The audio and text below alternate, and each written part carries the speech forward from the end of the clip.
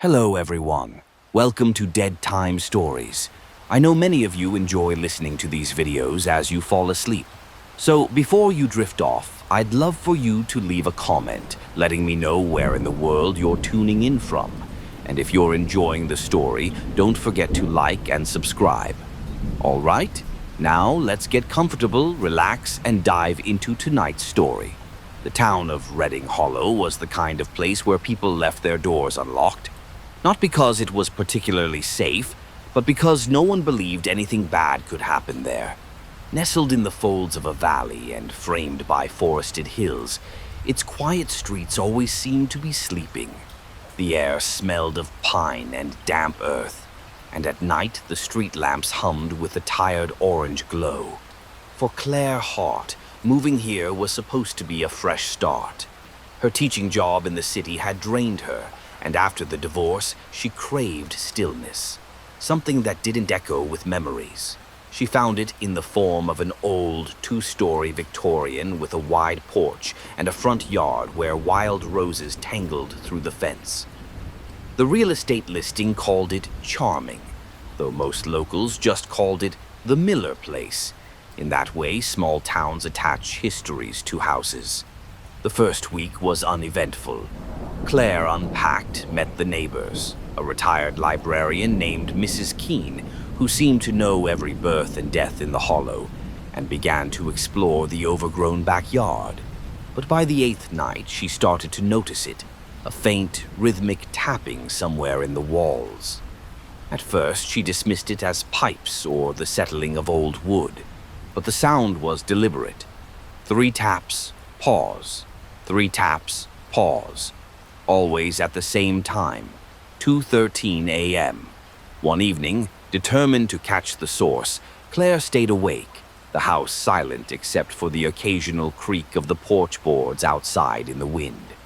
When the clock's hands slid past 2:12, she heard it. 3 dull knocks like fingers against plaster. She followed the sound down the narrow hallway toward the guest room. The air grew colder with each step. Inside, moonlight spilled across the bed's quilt. The pattern faded with age. The tapping came from behind the far wall, where a tall, antique wardrobe stood. Claire hesitated, her fingers brushing the carved wooden handle. The knocks stopped. Then, from inside the wardrobe, something answered, not with knocking, but with a slow, deliberate scrape, as though long nails were dragging across the wood from the inside. Her breath caught. The sound stopped as abruptly as it had begun, leaving only the faint smell of something damp and metallic in the air. She backed away, the floorboards groaning under her weight.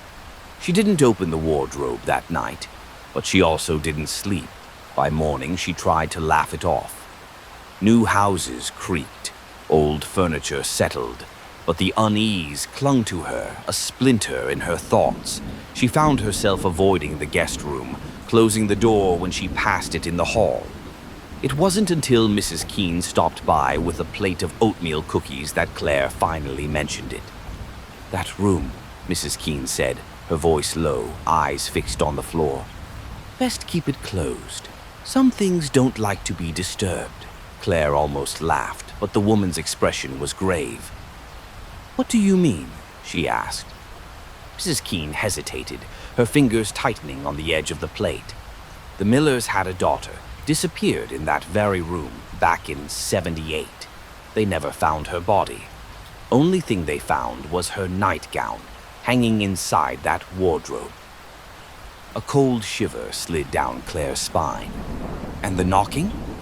Mrs. Keene's gaze was steady now. "Maybe she's still trying to get out." That night, Claire sat at the kitchen table long after the dishes were washed, sipping lukewarm tea. Mrs. Keene's words kept circling in her head, looping like an unfinished song. Still trying to get out. She told herself it was nonsense. Small-town ghost stories meant to keep teenagers from trespassing. But when the clock neared 2:00 a.m., the unease pressed harder against her chest. She tried to distract herself, scrolling aimlessly through her phone, but her eyes kept flicking toward the hallway, where the guest room door waited in the dark. At 2:12, the first knock came. 3 taps. Pause. 3 taps. The sound was deeper this time, as if it were coming from inside the wood. Claire stood slowly, her legs feeling heavy, like wading through water. She took the flashlight from the counter, its weak beam trembling with her hands. The hallway seemed to stretch unnaturally long, the shadows deeper, as though the house itself was holding its breath. The guest room door creaked open under her hand. Moonlight painted the bed in cold silver, and the wardrobe loomed in the corner like a sentry. The tapping continued. 3, pause, 3, steady and patient.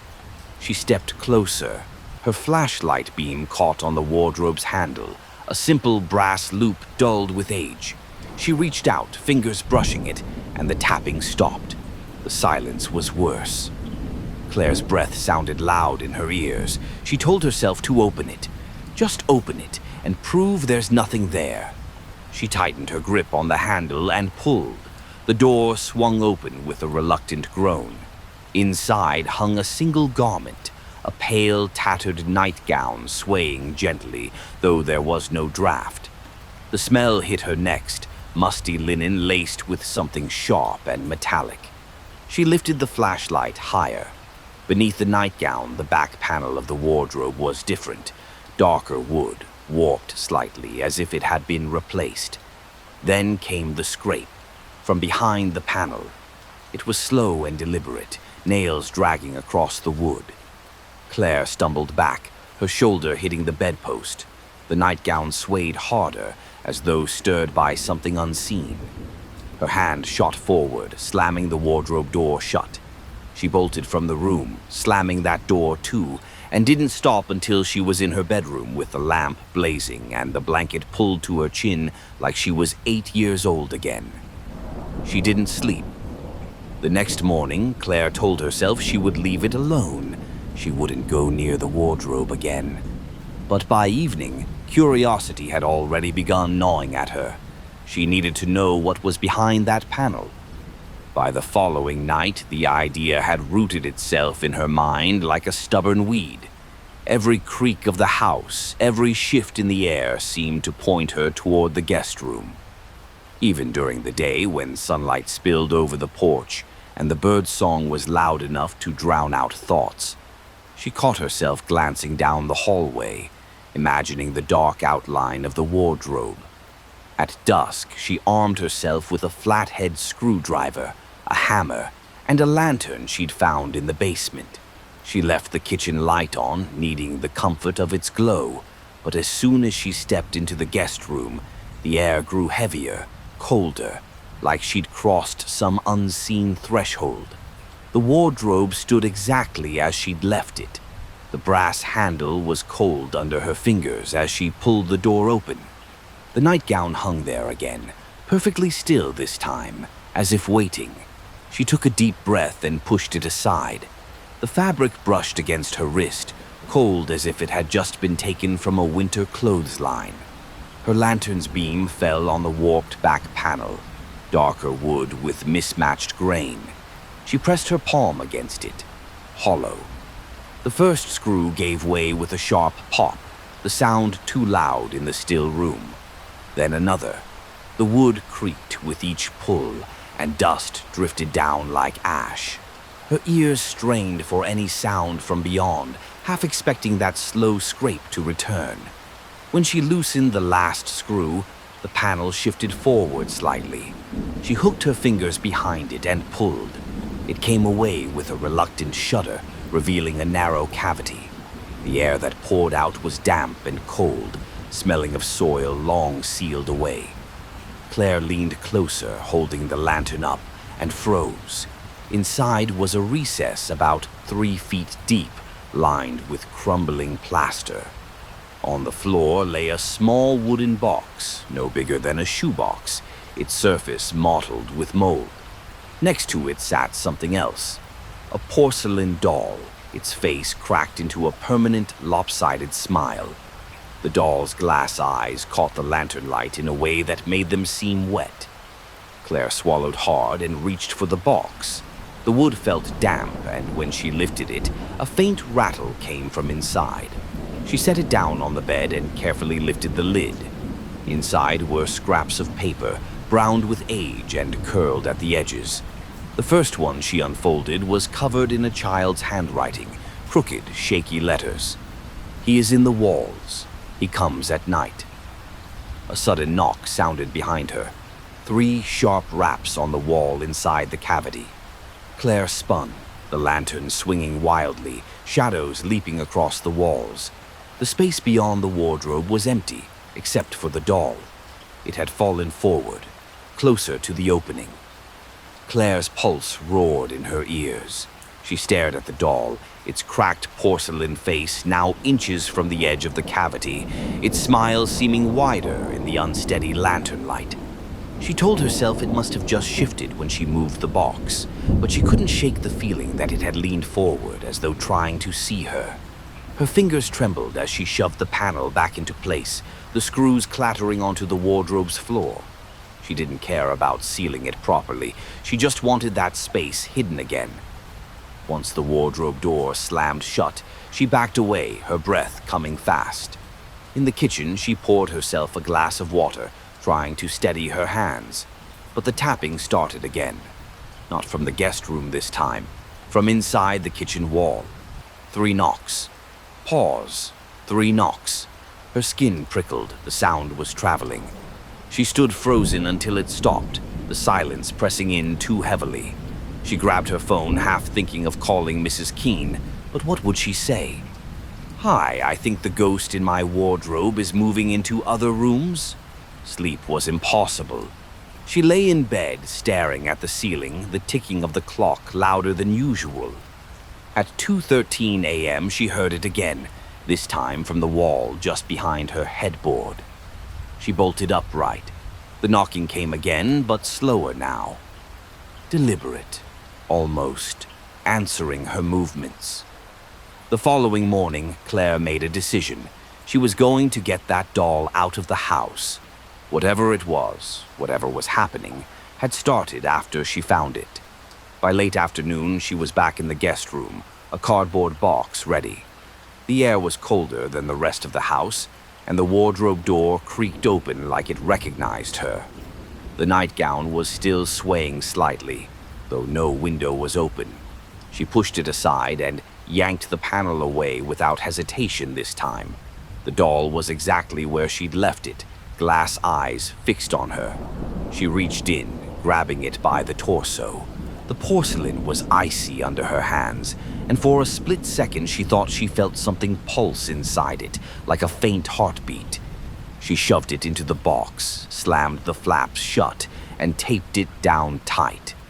That night, she left the box on the porch. The tapping didn't come. The silence felt almost too complete. But she convinced herself it was over. In the morning, the box was gone. She hadn't told anyone where she lived. Claire stood on the porch in the early dawn light, staring at the bare patch of wood where the box had been. The air was still, the street empty. She'd heard no footsteps in the night, no sound of a car pulling up. Whoever, or whatever, had taken it hadn't wanted her to know. She told herself to feel relieved. The doll was gone. That should have been the end of it. Yet, as she stepped back inside, the air felt heavier again, as though the house had been holding its breath and just exhaled. The smell hit her next. That same faint metallic tang she'd noticed in the wardrobe, now seeping through the entire house. It was strongest in the hallway outside the guest room. She didn't want to go in, but her feet carried her there anyway. The wardrobe stood closed exactly as she'd left it, but the floorboard in front of it was wet, a dark stain spreading in irregular shapes. She crouched down, touched the edge. It was cold, slick. When she lifted her fingers, they were smeared with something that wasn't water. Blood. Her stomach lurched. She backed out of the room and shut the door hard. For the rest of the day, she tried to ignore it. She cleaned, did laundry, even went for a walk through the hollow's quiet streets. But the feeling of being watched clung to her, prickling the back of her neck no matter where she went. By evening, she had decided to sleep on the couch in the living room, as far from the guest room as possible. She left the TV on for background noise and curled under a blanket. At 2:13 a.m., the tapping returned. This time it came from the front door. 3 knocks. Pause. 3 knocks. Claire's breath caught. Slowly, she turned her head toward the door. Through the narrow window in the frame, she could see the outline of something small on the porch. The doll. It was sitting upright, hands resting neatly in its lap, its cracked smile aimed directly at her. She didn't move, didn't even breathe. Then, in the faint glow from the street lamp, she saw its head tilt, just a fraction, but enough to know it was deliberate. Claire's pulse thudded in her ears. She gripped the edge of the blanket like a lifeline, forcing herself not to blink. The doll sat motionless now, but she could still see the tilt of its head, like it was listening. Her first instinct was to grab her phone and call the police, but the thought of explaining this made her throat tighten. What would they do? Take the doll away? That hadn't worked before. The knocks came again. 3. Pause. 3. This time the sound was sharper, like fingernails against the wood rather than knuckles. Claire's skin crawled. She slid silently off the couch, keeping her eyes on the doll as she backed into the kitchen. Her gaze darted to the back door. If she could get out that way, she could loop around to the street and get to her car without passing the front porch. She grabbed her keys from the counter, her hands slick with sweat, and eased the back door open. The night air was cold enough to sting her lungs. She stepped out, careful not to let the screen door slam, and began moving along the side of the house. The grass was damp, clinging to her shoes, the shadows deep between the trees at the property line. She'd almost reached the front yard when she heard it, a faint creak like a hinge opening. The front door. Her breath hitched. She froze, listening. The tapping started again, but it was no longer on the door. It was coming from inside the house. 3. Pause. 3. Her car was only a few feet away now. She sprinted for it, fumbling the key into the lock. The engine roared to life, headlights cutting across the front porch. The doll was gone. Heart hammering, she pulled out of the driveway and didn't stop until she reached the only motel in town, a squat building with flickering neon. She paid in cash, took the farthest room from the road, and locked the door. It was nearly dawn before she finally drifted into a shallow sleep. When she woke a few hours later, sunlight spilling through the thin curtains, her first thought was that she was safe. The doll couldn't follow her here. Then she sat up and the breath caught in her throat. On the nightstand beside her bed was the small wooden box from the wardrobe. The lid was open. Inside the box, the scraps of paper were gone. In their place lay something else, an old brass key, tarnished and cold, and a folded scrap of cloth. Claire's hands shook as she lifted the cloth. It was a corner of a nightgown, the fabric yellowed with age, one edge stiff with what she could only hope was rust. Her stomach churned, but her eyes kept drifting back to the key. It wasn't an ordinary house key. The teeth were oddly shaped, the bow engraved with an intricate pattern that looked almost like vines or veins. She had never seen anything like it. The motel room felt smaller suddenly, the air thicker. Claire snapped the box shut and shoved it into her bag. She didn't know what to do next, but she knew she couldn't just sit there.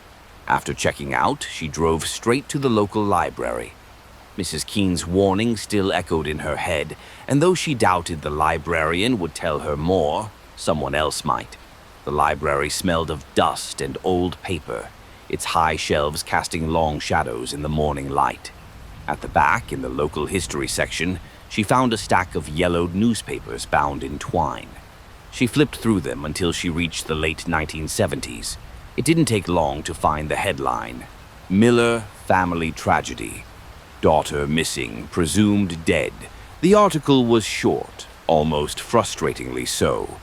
11-year-old Lillian Miller had vanished from her bedroom one summer night in 1978. No signs of forced entry. Her parents claimed they'd heard knocking during the night, but when they checked, the room was empty.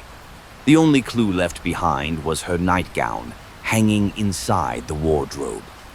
Claire's eyes caught on a detail near the end. The Miller home was originally built on the remains of an older property destroyed in a fire in 1921. No records of the original owner's family survive.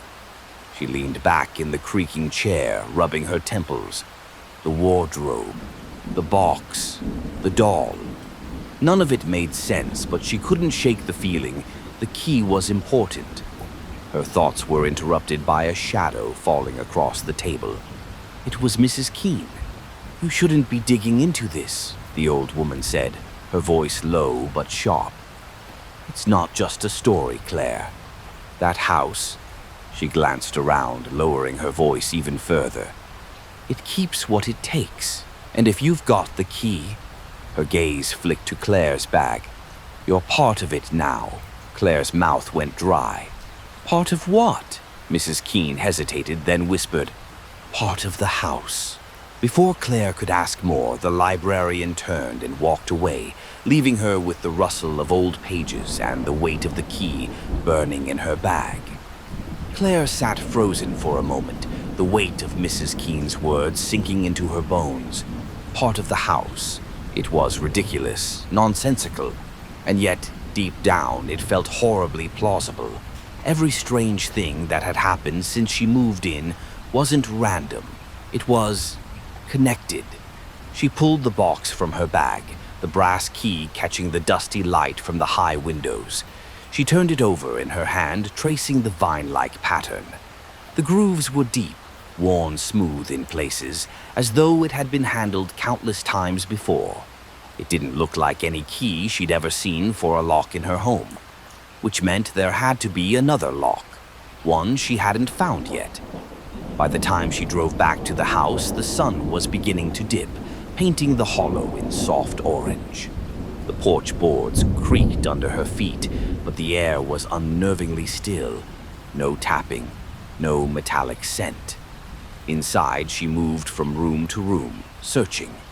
She tried the key on every door, every drawer, every cabinet. Nothing fit. When she reached the guest room, she paused in the doorway. The wardrobe loomed in the dim light, its presence somehow heavier now that she'd disturbed it. Her stomach twisted, but she stepped forward, opening the door. The nightgown was gone. The back panel was in place, but as she looked closer, she realized something had changed. A small circular hole had appeared in the wood, right at the center. She fit the key into it before she could think better of it. The metal turned with a soft mechanical click, and the panel swung inward. Behind it was no cavity this time, no doll, no box, just darkness. A narrow passage sloping down, the smell of damp earth wafting up. She hesitated only a moment before grabbing her flashlight and stepping inside. The floorboards gave way to packed dirt, and the air grew colder as she descended. The beam of her flashlight revealed rough wooden beams overhead, spider webs hanging in thick drapes.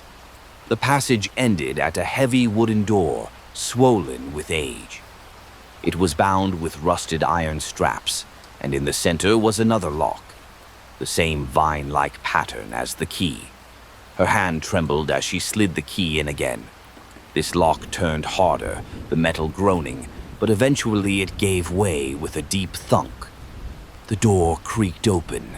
The smell hit her first, wet soil, mildew, and something faintly sweet like rotting fruit. Her flashlight beam cut through the gloom, revealing a small underground chamber.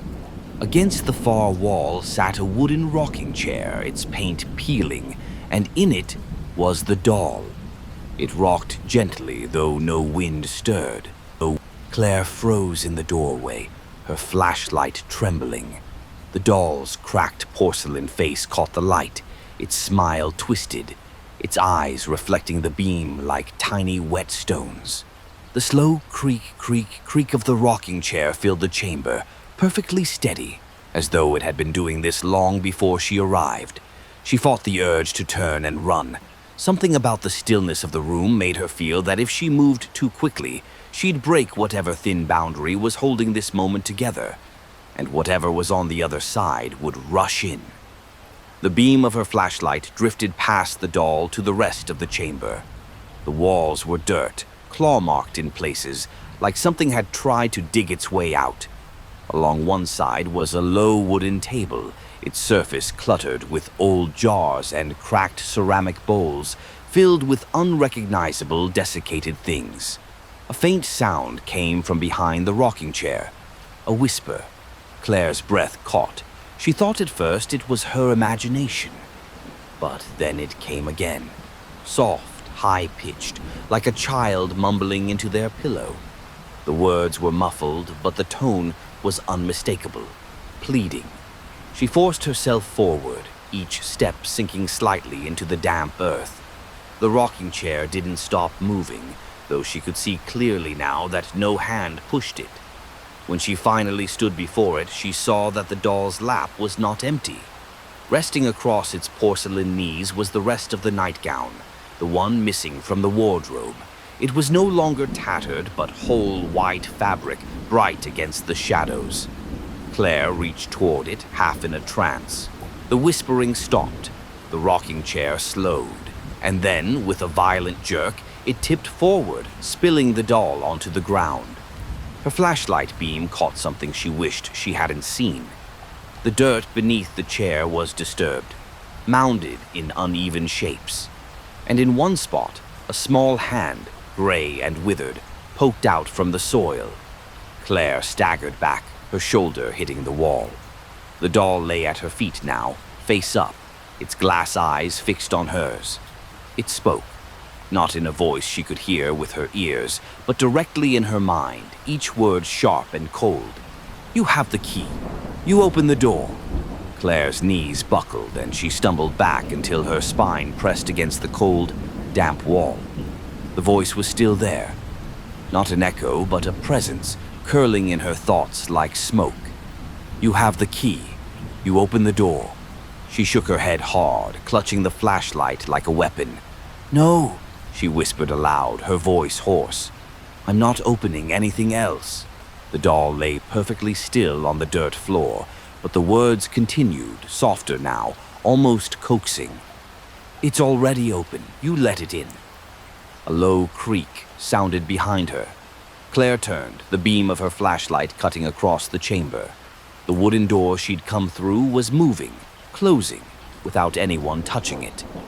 Panic surged. She lunged for it, slipping in the damp soil, and shoved her shoulder against the wood just as it slammed shut. Her breath came in ragged gasps, the silence pressing in again. Then, scratching from the other side of the door. It was fast, frantic, nails dragging over the wood like something was trying to claw its way through. Claire's skin prickled with ice. She turned back toward the chamber and froze. The mound of disturbed soil beneath the rocking chair was shifting. Slowly, something began to push upward, the earth crumbling away. A small head emerged first, pale, waterlogged skin stretched tight over bone, hair clinging in damp clumps. Milky eyes stared sightlessly, and a mouth opened in a silent scream. Claire's body reacted before her mind could catch up. She grabbed the doll off the ground and hurled it toward the far wall. It hit with a sickening crack, and for a moment the scratching at the door stopped. She seized the chance, twisting the key in the lock with trembling hands. The mechanism groaned, but the door gave way, swinging outward into the narrow passage. She bolted up the incline, flashlight bouncing wildly, the sound of the rocking chair starting again below her. Faster this time. When she burst into the guest room, she slammed the panel shut and locked it with the key. Her hands wouldn't stop shaking. She dropped the key into her pocket like it burned, then fled the room entirely. In the kitchen, she collapsed into a chair, head in her hands, heart pounding against her ribs. The quiet that followed wasn't peaceful. It was expectant, like the whole house was listening. From somewhere deep in the walls, faint but deliberate, came the sound again. 3 knocks. Pause. 3 knocks. The knocks grew louder, traveling through the walls like a pulse. Claire's eyes darted from one corner of the kitchen to the next, trying to follow the sound, but it moved with impossible speed, one moment at her back, the next across the room. Her breath quickened. "It's in the walls." The child's handwriting from the box flashed in her mind, the crooked letters trembling on the page. The knocking stopped abruptly. In its place came a faint dragging noise, like something heavy being pulled along the inside of the plaster. It scraped closer, circling her. Claire shoved back from the table and ran to the living room, flipping on every light. She stood in the middle of the room, clutching her phone, debating calling someone. Anyone. But who? The police? A priest? Then she noticed the front door. It was open. Just a few inches, enough for the cold night air to seep in. Her pulse pounded in her ears as she stepped closer. The porch was empty. The street was empty. The only movement was the slow sway of the porch swing in the wind, except there wasn't any wind. She shut and locked the door, sliding the deadbolt into place. As soon as she did, the lights flickered. Once, twice. Then they went out entirely. Her flashlight was still on the kitchen table. The darkness in the house was so complete it felt solid, pressing against her skin. She fumbled for her phone's flashlight, the small beam cutting a narrow tunnel through the black. Somewhere upstairs, a floorboard groaned. She froze, listening. Another creak followed, then another. Slow, deliberate footsteps, pacing just above her head. Her mind screamed at her to leave, but her body moved toward the staircase, as if pulled. She reached the first step and aimed her light upward. The beam caught on the landing, on something small and pale. The doll. It was sitting upright, facing her, the same cracked smile fixed in place. But this time, its head wasn't tilted. Its porcelain arm was raised, pointing directly down the hall, toward the guest room. Claire's throat tightened. The doll's tiny arm was impossibly precise in its gesture.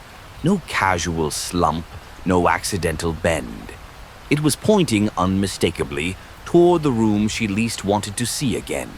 She took a step backward, the stair creaking under her heel. For a moment, she thought about just running, grabbing her keys, leaving the house, never looking back. But a cold truth pressed in. Wherever she went, the doll had followed before. Her phone's light shook as she climbed the stairs. Each step felt slower, heavier, as though the air thickened the closer she got to the landing. The doll didn't move.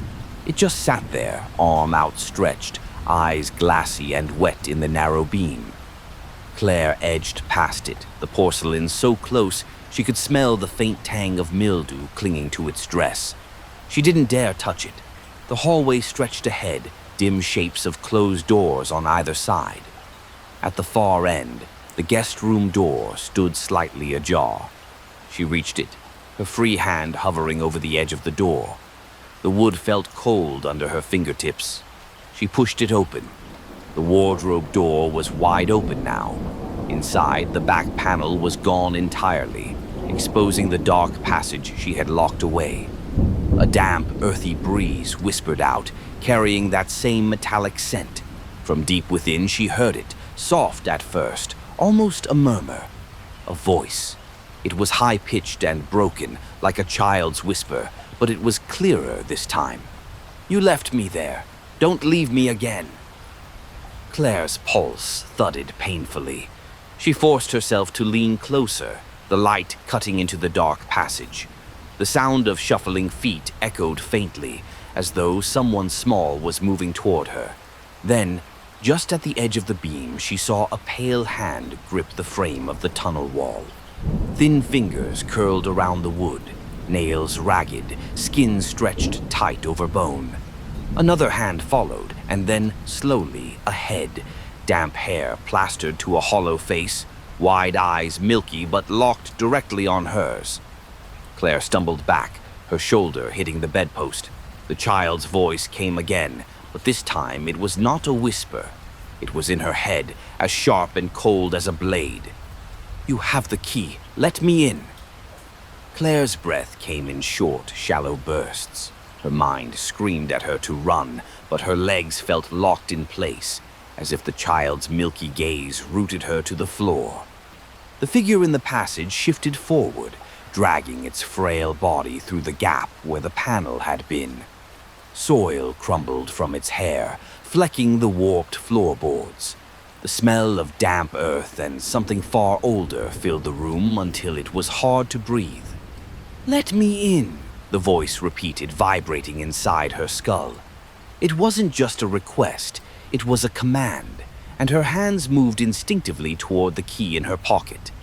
She stopped herself, shoving her fists tight against her sides. "You're not coming in here," she whispered, her voice trembling. The child's head tilted, a slow, unnatural movement. Its cracked lips twitched, almost forming a smile, and it reached one arm toward her, fingers impossibly long in the flashlight's glare. From behind her came a sudden, sharp thud. Claire spun around, light darting across the room. The doll was there, sitting on the bedspread, though she knew it hadn't been there seconds ago. Its porcelain hand rested on the nightgown, folded neatly beside it. Before she could move, both the doll and the nightgown slid toward the edge of the bed, as though an invisible hand had pushed them. They hit the floor with a soft rustle, and the air seemed to pull tight, like the moment before a thunderclap. The child's voice filled the space again, louder this time, overlapping itself, fractured and many-layered. "The door is open. The door is open. The door is—" The wardrobe door slammed shut with a force that rattled the glass in the window. Claire stumbled backward into the hallway, heart racing. But the voice didn't stop. It was coming from inside the walls now, from the left, from the right, above, below, whispering, chanting in unison.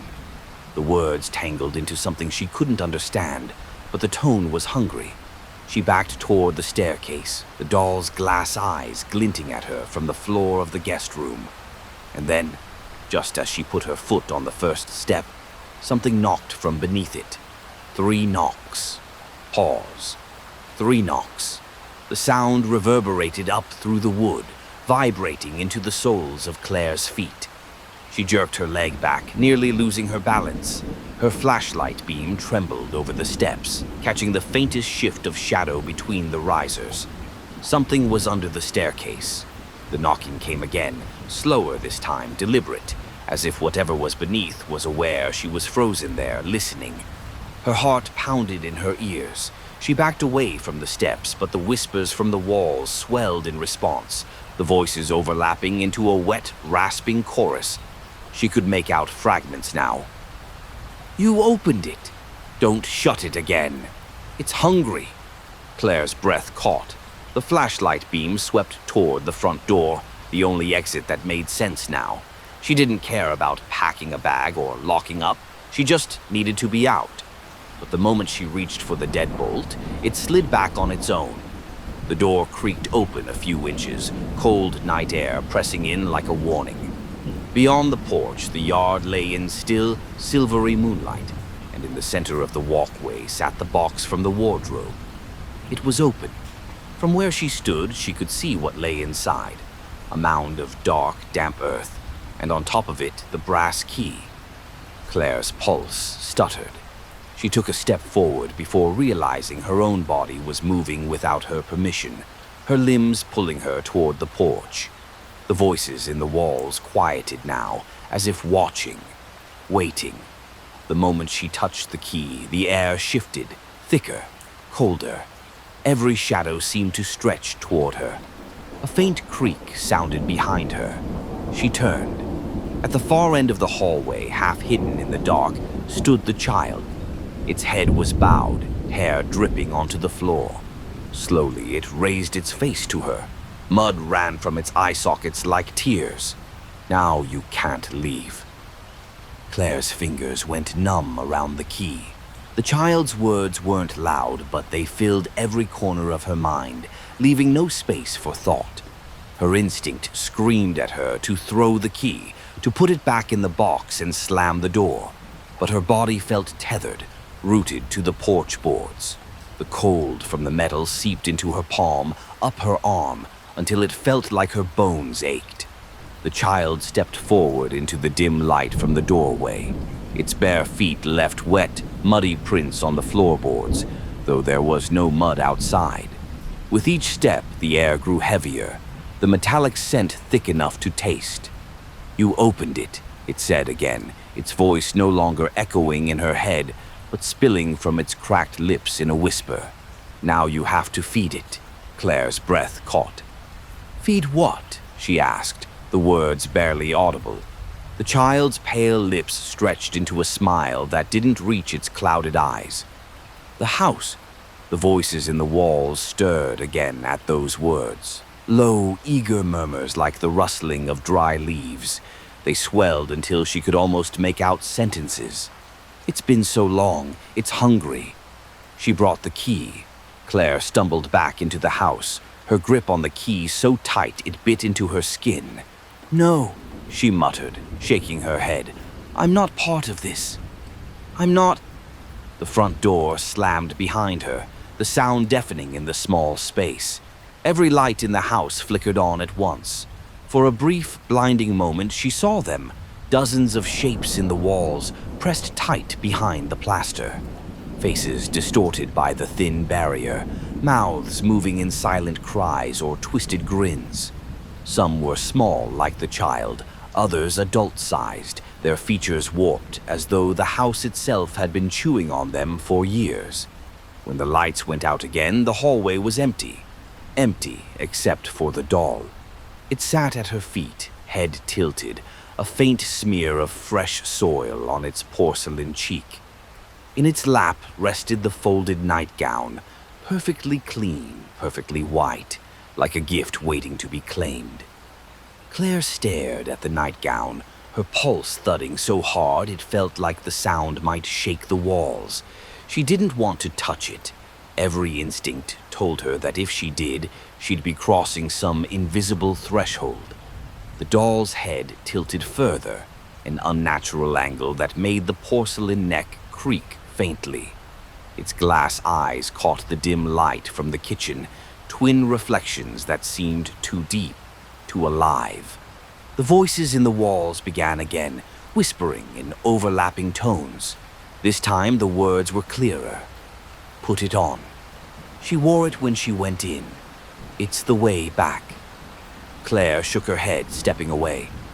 "I'm not putting it on. I'm not—" A sound cut her off. Soft, wet footsteps upstairs, slow, deliberate, crossing from one room to another. She backed toward the staircase, phone in hand, but the screen was black and unresponsive. The footsteps stopped. Silence swelled again, thick and watchful. Then the voice of the child floated down from above. "If you wear it, you'll see what she saw." Her gaze snapped back to the nightgown. It was wrong. When she'd first seen it, the fabric had been perfectly folded, pristine. Now, tiny flecks of dirt clung to the hem, and a faint smear of something darker marred the neckline. Against her better judgment, Claire crouched, holding the flashlight in one hand as she reached for it. The fabric was cold, almost damp, and heavier than it should have been. As she lifted it, a faint metallic scent rose from it, blood and soil tangled together. The doll sat motionless again, its porcelain hands resting in its lap as though it had never moved at all. The house seemed to be holding its breath. Claire swallowed hard, the weight of the nightgown in her arms. Every nerve screamed to drop it, to run. But a part of her, small and traitorous, needed to know what she had seen. Slowly, with trembling hands, she slipped the nightgown over her head. The moment the fabric touched her skin, the world shifted. The lights in the house flared, blinding, and the air thickened until she could barely draw breath. The walls around her seemed to stretch, warp, And then, without moving a step, she was no longer in her hallway. She was standing in the guest room. Only it wasn't hers anymore. The guest room was smaller now, its wallpaper a faded floral pattern she didn't recognize. The bed was narrow, the quilt hand-stitched in neat rows, and the air smelled faintly of soap and lavender. Yet beneath it lingered that same metallic tang. Claire's heart pounded. She looked down and realized the nightgown fit her perfectly, as though it had been made for her. Her bare feet pressed into a thick rug that hadn't been there before. A small giggle broke the stillness. She turned toward the wardrobe. The door was shut, but the sound had come from inside. "Lillian?" Claire asked, before she could stop herself. Her own voice sounded strange, thin and far away, like she was hearing it through water. The wardrobe door rattled just once. Then, slowly, it creaked open. Inside stood a girl, 11 years old, hair in loose braids, her skin pale but not yet decayed. Her eyes were a bright, startling blue, the only vivid color in the room. "You came," the girl said, smiling faintly. Claire swallowed. "You're Lillian." The girl nodded, stepping forward. She was barefoot, her nightgown identical to the one Claire wore. As she moved closer, Claire realized her features were subtly wrong, her smile a little too wide, her gaze lingering too long. "You have the key," Lillian said softly. "Now you can see it." "See what?" The girl's expression didn't change, but her voice dropped to a whisper. "What's behind the house?" Before Claire could speak, the room shuddered. The wallpaper peeled in curling strips, the floorboards blackened, and the air filled with the smell of rot. Lillian took her hand, her grip icy. The wardrobe yawned open wider, revealing not the dark passage Claire had seen before, but a corridor of endless black. Shapes moved in the distance, shuffling, bending, crawling. "They're hungry," Lillian murmured. "You should feed them before they find you." The darkness began to spill into the room, curling around the bedposts, creeping toward Claire's feet. And then something in the black spoke, not a whisper, but a voice like the groan of a heavy door. She opened the way. "Bring her through." Claire's chest tightened as the darkness thickened, swirling like smoke but moving with the weight of water. The floorboards beneath her toes turned slick and cold, and the shadows stretched long, reaching for her ankles. Lillian's grip on her hand tightened, not protective, but possessive. "Don't pull away," she said, her voice calm in a way that made it worse. "If you fight, it will take longer. It doesn't like waiting." Claire yanked her arm free, stumbling back until she hit the wall. The girl didn't follow. She simply tilted her head, her blue eyes luminous in the spreading dark. "You let it in," Lillian said, almost sweetly. "It's yours now." From the wardrobe, the black corridor pulsed like a heartbeat, and the shapes inside grew clearer. They weren't crawling toward her. They were leaning, as if pressing against a thin barrier, straining to push through. She saw pale faces in the dark, mouths opening too wide, eyes glassy and unblinking. The deep, groaning voice came again, closer now. "The door is open. Step inside." The nightgown clung to Claire's skin like it was wet. She tried to pull it off, but the fabric wouldn't budge. It seemed fused to her, the sleeves tightening around her arms. Lillian stepped aside, gesturing toward the wardrobe. "If you go in, it will be quick. If you make it come to you." She trailed off, smiling again. The shapes in the corridor moved forward, the sound of dragging footsteps echoing through the room. The walls around Claire trembled, dust drifting from the ceiling. She made a split-second choice. She bolted for the door. Her bare feet slapped against the hall floor, but the hallway wasn't right.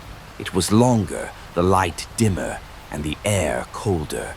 The whispering from the walls returned, not in unison now, but in a chaotic, desperate tangle of voices. "Don't run. Stay here. We'll keep you." She sprinted toward the staircase, only to see the doll waiting at the top step, sitting perfectly still, the brass key resting in its lap. Its head turned slowly, locking eyes with her. "You can't leave without it." Claire froze mid-step, her breath ragged in her throat. The doll's glassy eyes gleamed in the dim light, its tiny porcelain fingers curled protectively around the brass key. Behind her, the hallway groaned as though something massive shifted within the walls. The voices swelled, their tone urgent now. "Take it. It's yours. Feed the house." The air grew heavier, the temperature dropping until her breath came out in pale wisps. Claire forced herself forward, step by step, her eyes locked on the key. The doll didn't move until she reached for it. Its porcelain hand snapped shut around her wrist with impossible strength. The touch was ice cold, biting into her skin. Claire gasped, yanking back, but the doll's grip didn't loosen. Its cracked smile seemed to widen as the voices rose into a frenzy.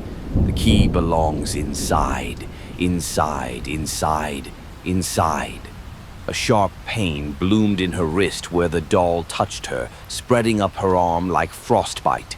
In her panic, she grabbed the key with her free hand and wrenched it away.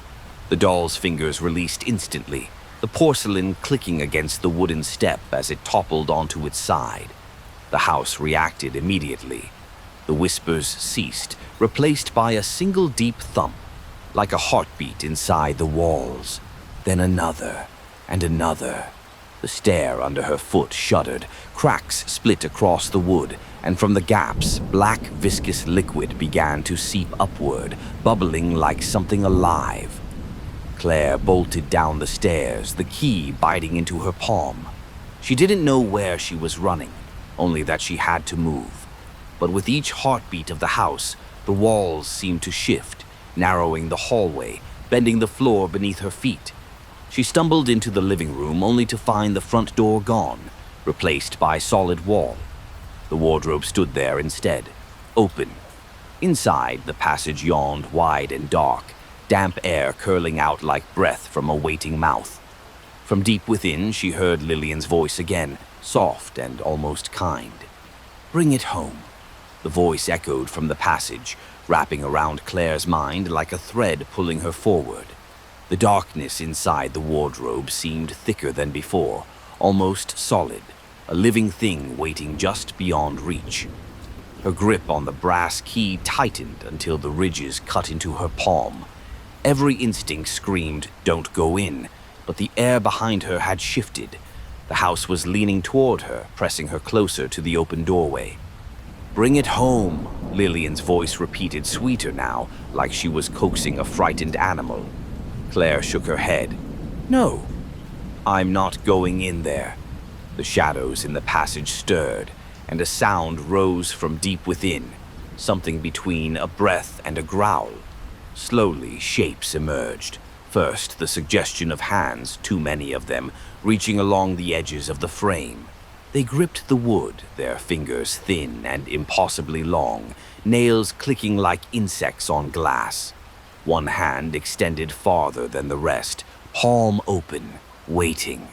The voices from the walls, dozens, maybe hundreds, began to chant in uneven unison. "Give it, give it, give it." Claire backed away until her shoulders hit the wall. She thought of throwing the key into the darkness just to make it stop, but some part of her knew it wouldn't be the end. She remembered what Lillian had said, "If you feed it, it will be quick." Her heart hammered. "What happens if I don't?" she asked, her voice breaking. From the shadows, something leaned forward. It was tall, its outline human only in the loosest sense, limbs too long, head bent too far to one side, its shape rippling like heat over asphalt. When it spoke, its voice was a low vibration that made the floor tremble. "Then it will eat everything." The moment stretched, the house silent but for the faint scrape of those nails on the wood. Then, from somewhere above, a floorboard creaked, slow, deliberate footsteps heading toward the stairs. Lillian's voice again, closer now. "You opened the way. Now choose." The footsteps upstairs grew louder, deliberate, each one landing in perfect rhythm with the pounding in Claire's chest. She knew without seeing that it was Lillian, and yet something about the sound told her she wouldn't look like a child anymore. The thing in the wardrobe shifted closer, its outline spilling into the room like a shadow breaking free from its source. That too long arm reached farther, the hand still open, waiting for the key. Claire's back pressed harder against the wall. "I'm not feeding you anything," she said, though her voice lacked conviction. The air in the living room seemed to twist at her words, like the house itself was offended. The temperature dropped sharply, her breath clouding in the dim light. From the stairs came a soft, dragging sound now, as if bare feet were pulling through something wet. Lillian's voice followed, low and sing-song. "Don't keep it waiting, it's already hungry." Claire's hand twitched around the key. She considered running again, but the house had closed in on her before. Every time she tried to leave, it rearranged itself, forcing her back. The shadows inside the wardrobe pulsed like a heartbeat. The tall figure bent its head lower, revealing a sliver of its face, skin gray and sunken, one eye socket an empty black pit. The other eye rolled toward her, pale and unblinking. The voices in the walls began to chant again, faster now. "Give it, give it, give it." Something in her snapped. She hurled the key toward the wardrobe, aiming for the figure's outstretched hand. But the moment it left her fingers, the air shifted violently, like the whole house had inhaled. The key never touched the hand. It vanished mid-air, swallowed by the dark as though it had fallen into water. The chanting stopped. Silence pressed in, heavy and absolute. Then the figure in the wardrobe straightened, impossibly tall, its head nearly brushing the ceiling. From the stairs, Lillian's voice rose again, sweet but final. "Now it can open all the doors." The weight of those words sank into Claire's gut like a stone. All the doors. She didn't know what that meant, but every nerve told her it was nothing she wanted to see. The figure in the wardrobe turned without a sound and stepped backward into the dark. The shadows closed behind it like water swallowing a stone. For a heartbeat, the room was still. Then the first door opened. It wasn't a door she recognized. A jagged line split the far wall, widening until rusted hinges appeared, the wood blackened with age and rot. The smell that poured out was thick and sour, like something left too long in the ground. Claire stumbled back toward the staircase, but another sound stopped her, a second door opening, this one behind her, somewhere deep inside the walls. The air began to hum, low and steady, vibrating through the floorboards. Her teeth ached from it. From the top of the stairs, Lillian appeared, only she wasn't the same as before. Her hair hung in dripping ropes, her skin puckered and gray like it had been submerged for days. Her once bright eyes were now as pale as milk. "You'll help it," she said, her voice warped, stretched, like it came from two throats at once. "You're part of the house now." Claire shook her head, her back hitting the wall as the humming grew louder. "No, I didn't agree to this."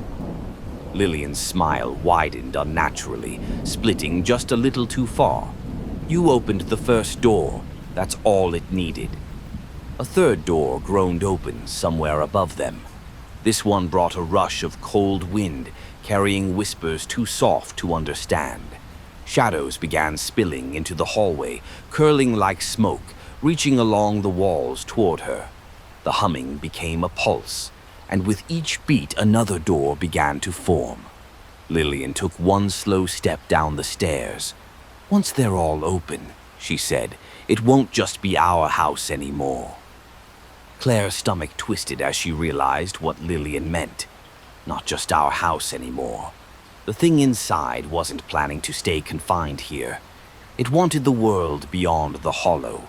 The humming deepened, shaking the floorboards beneath her feet. From the corner of her eye, Claire saw another wall split open, a fourth door yawning wide. This one showed nothing but an expanse of black water, its surface trembling as though something massive swam just beneath. A smell of brine and decay seeped into the air. She turned to run, but the hallway ahead warped, stretching impossibly long. The doors along it began to distort, some sagging with wet rot, others bulging outward as if something on the other side was pressing to get through. The voices returned, spilling from every direction. "Come in, don't fight it. The doors are ours now." Lillian moved down the stairs with slow, deliberate steps. Each time her bare foot touched a tread, it left behind a dark, wet mark. "You opened the way," she repeated, her voice almost tender. "You can't close it again." Claire's back hit the wall. Her mind raced. If she couldn't run, maybe she could stop the doors from opening.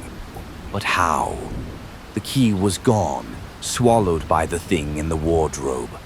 Another door tore open to her right, this one revealing a dimly lit room, unfamiliar but eerily real, like it belonged in someone else's home. She saw a man sitting in an armchair, reading. He looked up suddenly, his expression twisting into horror as shadowy hands reached for him from behind.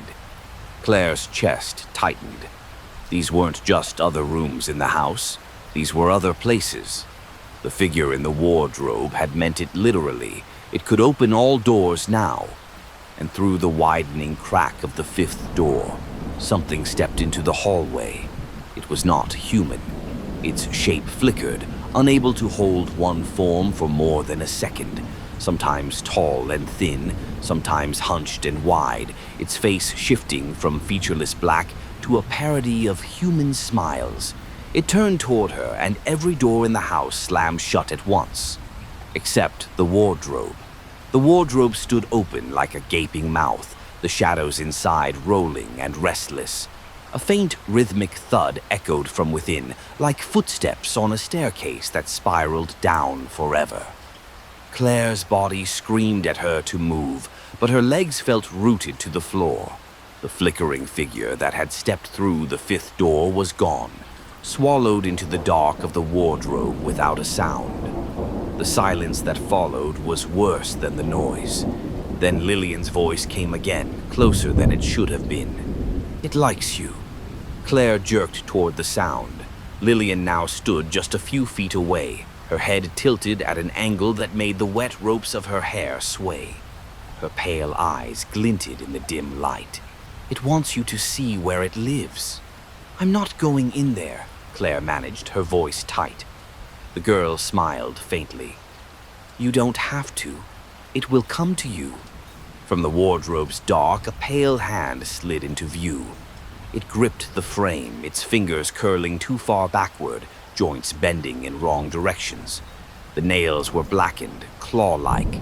Another hand followed. Then a face emerged, if it could be called a face. It was featureless at first, a blank oval of mottled gray. But as it leaned forward, the surface rippled, forming eyes, a nose, a mouth. The features were hers. Claire's own face stared back at her, her breath caught. The doppelganger's lips moved, forming her voice perfectly. "Come home." Lillian stepped aside, giving the thing room. It began to pull itself into the hallway, its limbs unfolding with a wet, cracking sound.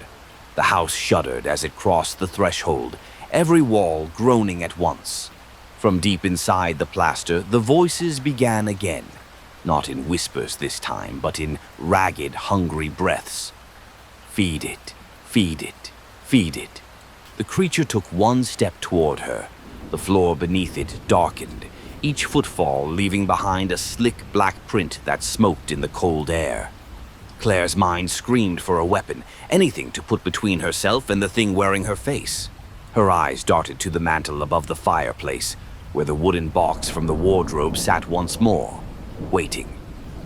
The box looked exactly as it had the first time she'd seen it, damp, mottled with mold, faintly pulsing as if something inside it was breathing. Claire's instincts split in two. Part of her wanted to grab it, hurl it into the wardrobe, and hope that would be enough. The other part, deeper and colder, told her she might not want to know what would happen if she opened it here. The doppelganger took another step forward, its bare feet leaving smoldering stains on the floor. Its eyes, her own eyes, were fixed on her with unnatural calm. "You've already been here before," it said in her voice. "That's why you came back." "I've never—" she started but stopped herself. Hadn't she been drawn to this house from the moment she'd seen it online? Hadn't something about it felt familiar? Her stomach twisted. Behind the thing, Lillian leaned lazily against the wall, as if this were nothing more than a game. "It's patient," she said, "but if you make it wait too long—" The wardrobe groaned, the dark inside it churning. More hands, too many hands, gripped the frame, as if others were waiting their turn. The voices in the walls returned, not chanting now, but pleading. "We're still here. Feed it and it lets you go. Please." Claire lunged for the box, her fingers sinking slightly into the damp wood. The latch was cold enough to burn her skin. The moment she touched it, the doppelganger froze, its head tilted, perfectly matching her movements, like a mirror trying to understand itself. She glanced toward the wardrobe. The shadows seemed to lean toward the box, stretching closer. "Open it," Lillian whispered. Claire's thumb brushed the latch. For a heartbeat, she heard nothing. Not the breathing walls, not the groan of the wardrobe. Just silence. Then a single knock came from inside the box. 3 knocks. Pause. 3 knocks. The knocks vibrated through the damp wood, traveling up Claire's arms and settling deep in her chest. She froze. Her thumb still hooked under the latch. The doppelganger tilted its head in perfect unison with her, its expression unreadable. The voices in the walls began again, but softer now, almost coaxing. "You know what's inside. It's been waiting for you. Open it." Claire swallowed hard. "What happens if I do?" Lillian's pale lips curled into a grin that didn't touch her eyes. "Then you'll remember." "Remember what?" "You'll see." The box shuddered in her hands, as if something inside had shifted closer to the lid. A faint scratching began under the knocks, like fingernails dragging across the inner surface. The air grew colder, denser. The shadows in the wardrobe pressed forward, their outlines merging into one heaving mass. Hands clutched the frame, but none crossed it. They were waiting, every finger twitching in anticipation. The doppelganger took another step toward her, its voice low but perfectly clear. "If you open it, I won't have to take you through."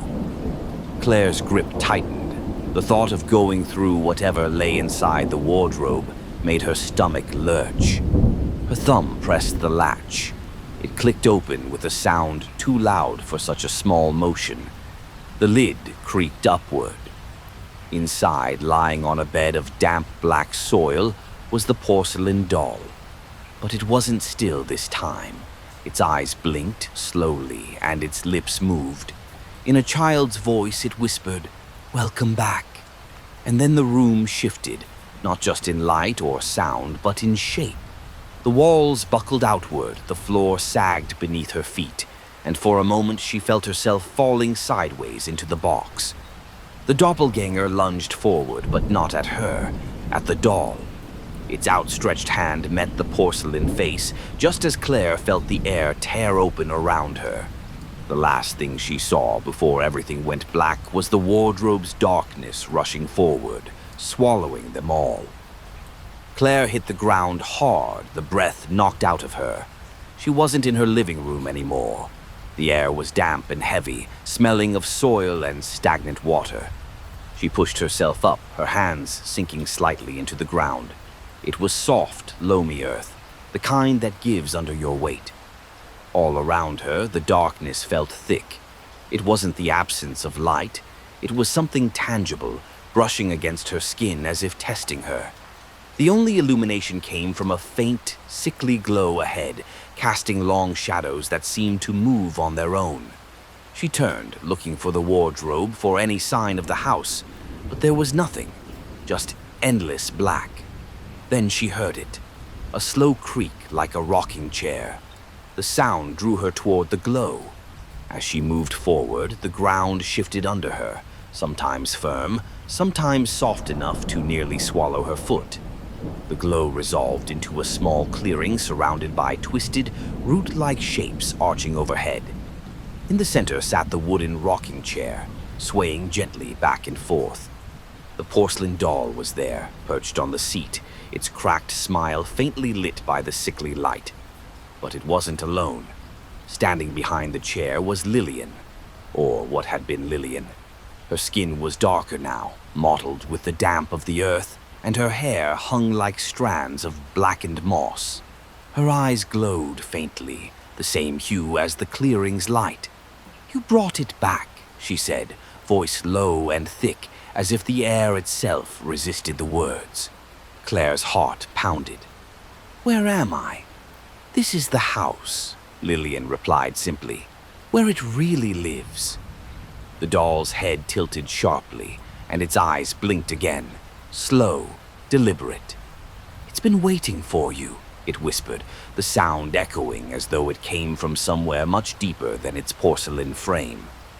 Claire's gaze darted between them. "Why me?" Lillian smiled faintly. "Because you've been here before. You just don't remember yet." The rocking chair stopped. The earth beneath her shifted, and something large began moving under the surface. The ground swelled and sank in slow, deliberate waves, as though something enormous was crawling just below the surface. The damp soil trembled beneath Claire's feet, and a deep, resonant thump echoed up through her bones, like the beating of a colossal heart. Lillian stepped to the side of the rocking chair, her eyes never leaving Claire. "It's waking up," she said softly, almost with reverence. "It wants to see you." Claire stumbled back, scanning the clearing for a path out, but the root-like walls curved high overhead, sealing her in. The sickly glow dimmed, as though the thing beneath them was drawing in all the light. The doll spoke again, its tiny porcelain jaw moving in short, jerky motions. "You came through the first time with the others. You left them here. You don't remember because it took that part away." "I don't know what you're talking about," Claire snapped, though her voice trembled. The soil bulged directly in front of her. Slowly it split open, releasing a warm rush of foul-smelling air. Something pale and massive began to emerge, a hand larger than her torso, with skin stretched so thin she could see the web of black veins beneath. Each finger ended in a cracked, jagged nail that scraped the ground as it gripped the edge of the opening. "It knows you now," Lillian whispered. "You're the one who didn't feed it." The hand pulled and more of the thing emerged, an arm like a tree trunk, bending at too many joints, followed by a head that should not have fit through the gap. Its face was an impossible blend of shapes, shifting between human and something far older. The moment its eyes, two pits of depthless black, locked on Claire, every whisper in the air ceased. It spoke without moving its mouth, its voice pressing directly into her mind. "You left my door open." The ground shook violently, and another massive hand erupted from the soil behind her, closing off any escape. "Now you'll stay until it's full." The clearing seemed to shrink, the root walls pressing inward as if the place itself was drawing a breath. Claire's chest tightened under the weight of the thing's presence. It wasn't just in front of her anymore. It was around her, inside her thoughts, threading cold fingers through her memories. Lillian stepped closer, her bare feet sinking into the damp soil. "It doesn't forget," she murmured. "You thought you could leave it hungry." The massive head shifted, its features rippling until, for a sickening moment, it wore her face again. "You were supposed to feed it," it said in her voice. Claire shook her head violently. "I don't even know what that means." The doll in the rocking chair let out a short, dry laugh, like porcelain cracking. It means someone else. Always someone else. Never yourself. The thing's enormous hands pressed against the earth, pulling its torso up and out of the hole. The ground sagged under its weight, and the black veins beneath its pale skin pulsed with a rhythm that matched the deep thud Claire had felt earlier. Her instincts screamed at her to run, but there was nowhere to go. The root walls were now knit tight, leaving only the jagged hole from which the creature had emerged, and the darkness inside it was worse than anything above ground. "You will feed it now," the voice said, low and final. Claire's pulse spiked. "No." The creature's black eyes narrowed. The soil shifted beside her, and with a wet, tearing sound, another figure began to rise from the ground. A human figure, thin and limp, covered in clinging mud. It collapsed forward onto its hands, coughing out dark water. Claire's breath caught. It was her, or at least someone who looked exactly like her. Paler, weaker, eyes unfocused. Lillian smiled, stepping between them like a proud host introducing guests. "The one you left behind," she said. The double on the ground lifted its head, meeting Claire's gaze. Its lips moved, whispering in a voice that barely carried over the stench-filled air. "Trade places with me." The creature's massive hand reached out toward them both. "Choose." The hand hovered above them, massive fingers twitching in anticipation. Its shadow covered both Claire and the mud-drenched double, as if it could pluck either one without effort. Claire's thoughts spun. Trade places. What did that even mean? If she agreed, if she let that thing take her, would she become whatever the double was now? Or worse? The other Claire crawled forward, mud dripping from her hair in thick ropes. Her voice was hoarse but urgent. "If you don't, you'll never get out. I've been here so long." Lillian knelt beside her, one hand resting almost affectionately on the double's back. "She was you. Once." The rocking chair creaked softly behind them, the doll speaking without turning its head. "One leaves, one stays. Always." The giant's voice filled Claire's head again, making her knees tremble. "You will decide." The soil under Claire's feet shifted, and she realized it was sinking, subtly, slowly, like the ground itself was pulling her in. The cold crept up her ankles, clinging like a living thing. The other Claire reached for her wrist, fingers slick with mud. "Please," she begged. "If you knew what this place does, you'd choose me without thinking." But there was something in her eyes, a flicker, almost predatory, like she wasn't begging out of mercy. The giant's head lowered, its empty eyes focusing on Claire. "Choose now," it said, the mental pressure so strong she felt her vision blur. Lillian stood, moving between them, her smile faint. "If you take her place, you'll stop the hunger. For a while, but you'll never see the other side again." The doll added, voice sing-song and cruel, "And if you refuse, it'll just take you both." The massive hand began to descend. Claire's mind screamed for an answer, but she found herself frozen, the cold from the sinking ground crawling higher up her legs. The other Claire's grip tightened around her wrist, and she whispered one final word, so soft Claire almost didn't hear it. "Please." The giant's hand loomed closer, the weight of its shadow pressing on Claire's shoulders like a physical force. The air was thick with the smell of damp earth and something sweetly rotten, curling in her lungs until each breath felt like it left residue behind. The other Claire's fingers dug into her wrist, nails biting through her skin. "You don't understand," she rasped. "If it takes you, it changes you. If it takes me." She trailed off, a faint, sly smile flickering across her mud-caked face.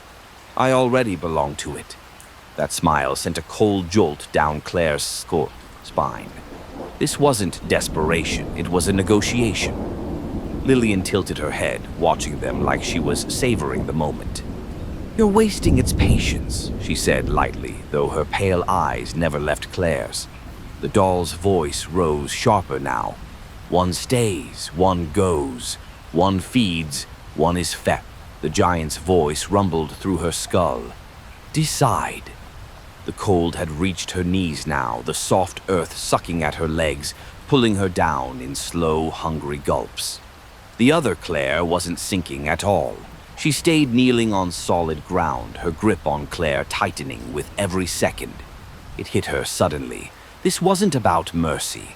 The other Claire wasn't offering to stay behind for her. She wanted out, and she wanted Claire in her place. Claire's heartbeat slammed in her ears. She yanked her wrist free, the movement startling enough to make the other Claire stumble forward onto her hands. "I'm not taking your place," Claire said, her voice shaking but loud enough to cut through the whispers.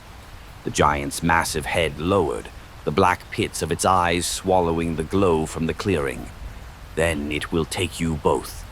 The soil beneath them heaved, splitting open. A rush of hot, foul air burst upward, and the ground began to collapse inward toward a dark, churning pit. The sound that came from below was neither a growl nor a scream. It was both, layered and endless. The other Claire lunged for her again, but the mud beneath her hands gave way, dragging her down toward the pit. Her scream was cut short as the dark surged up around her, swallowing her whole. The giant's hand shot forward, closing around Claire's torso. And then she was lifted off the ground, the clearing spinning below her, the rocking chair and Lillian blurring into shadows. The giant's grip was cold and damp, its skin feeling more like packed soil than flesh. Claire kicked and twisted, but its fingers tightened until she could barely breathe. Below, the pit continued to churn, swallowing the last traces of her double. The sound of it was deafening, a wet, gurgling roar that seemed to vibrate in her ribs.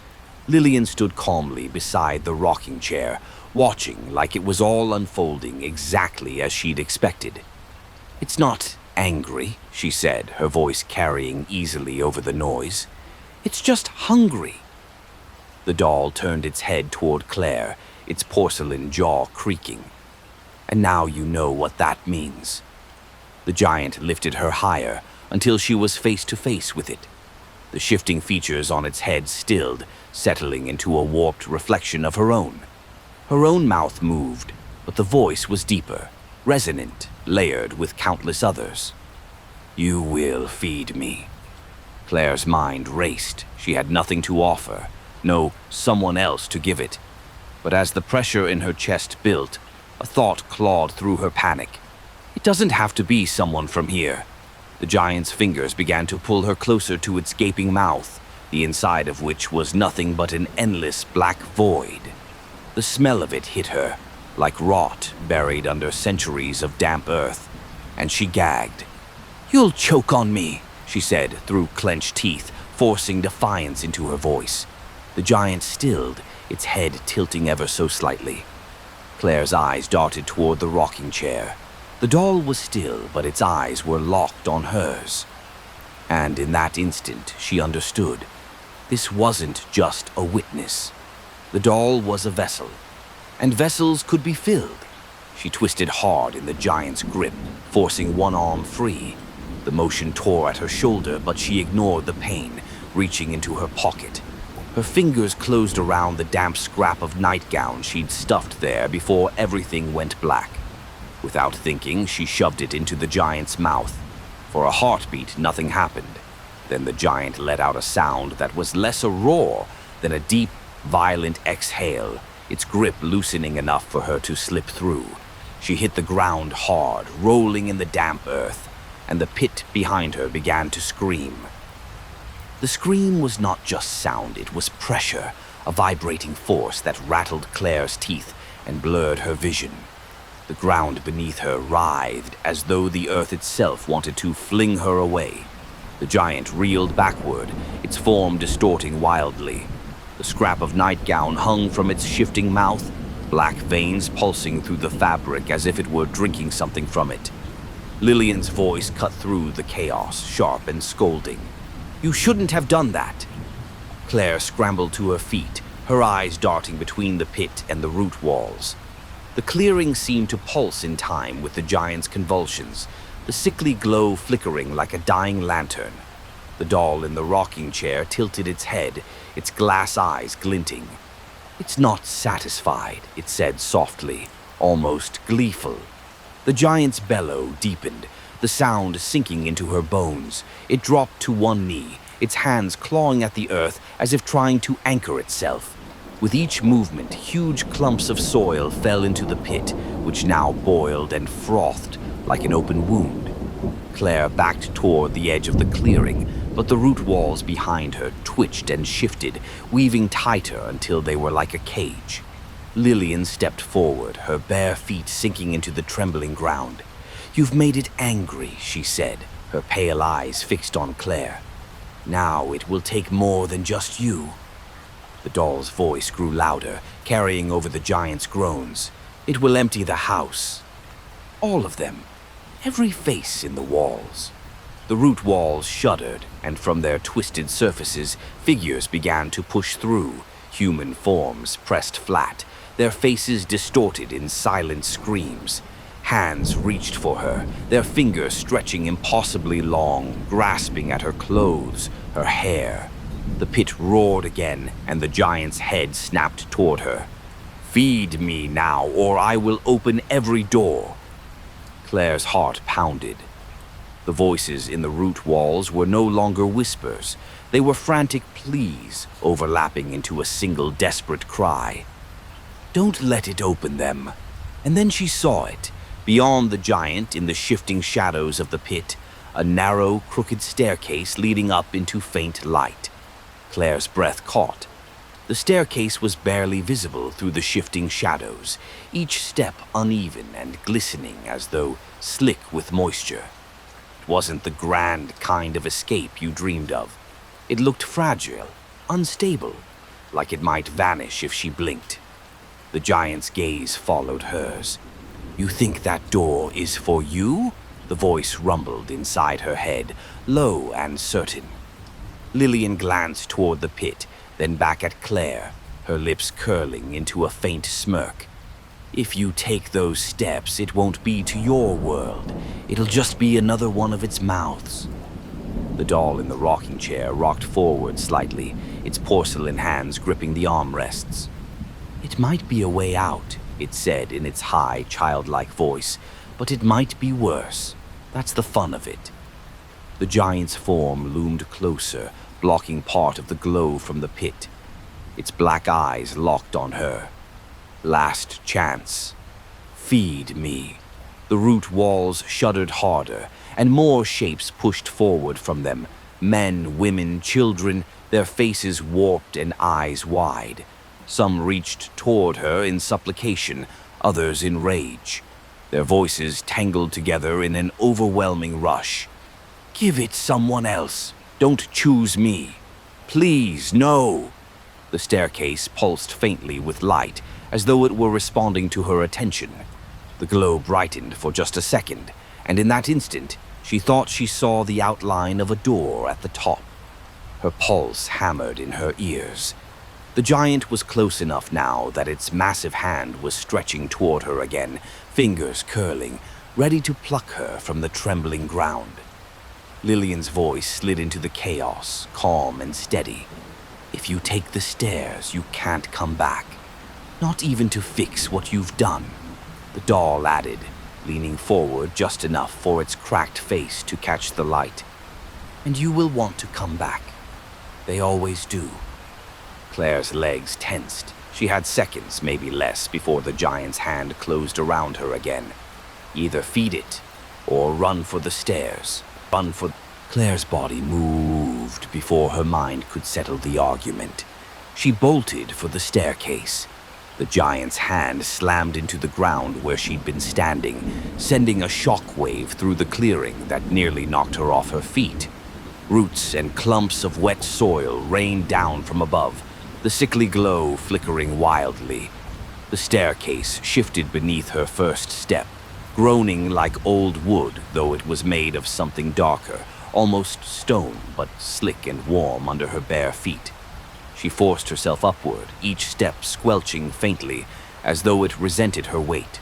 The voices in the root walls screamed in unison now, a desperate, ragged chorus. "Don't go that way. It's not the door you think. It's worse." She didn't slow. Behind her, the giant bellowed, a sound so deep it made her ribs ache. The pit churned violently, the black water inside lapping at the base of the stairs. Out of the corner of her eye, she saw Lillian watching from the edge, her expression unreadable, though her head tilted slightly as if curious which way Claire would fall. Halfway up, the light above flared, revealing the shape of a door. It was tall, narrow, and bound in what looked like strips of leather. The brass handle gleamed faintly in the glow. The doll's voice drifted up from below, soft but cutting through every other sound. "That's not your way home." The words made her falter, her bare toes curling on the step. The staircase trembled, and for a moment the steps beneath her feet stretched and warped, as if trying to pull her back down. The giant's massive hand clawed at the side of the staircase now, pulling itself higher, its black eyes fixed on her. "Last warning," it said, voice booming in her skull. "Feed me, or I'll follow you through." Claire lunged for the top, slamming her hand around the brass handle. The metal was hot, scalding, but she didn't let go.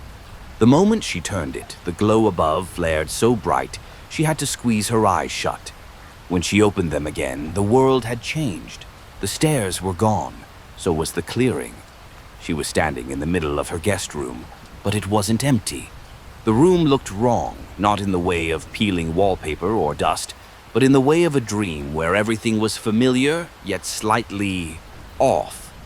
The colors were muted, as though someone had drained the life from them, and the air felt thick, slow to move through. The wardrobe was gone. In its place, against the far wall, was the rocking chair. The doll sat in it, perfectly still, its glass eyes glinting faintly. Claire's breath hitched. "Where am I?" The doll's head turned with a faint creak. "You're still in the house," it said softly, "just not the part you know." Her heart pounded in her ears. "I took the stairs. I should be home?" The doll let out a sound that might have been a laugh if it weren't so brittle. That wasn't a way out. That was a way in. The door to the hallway was open. Beyond it, instead of the familiar hall, she saw another room entirely, one she'd never been in before. It was vast and dim, the floor lost in shadow, the ceiling stretching higher than seemed possible. Shapes moved in the dark, slow and deliberate, like something large circling. "You're closer to it now," the doll continued.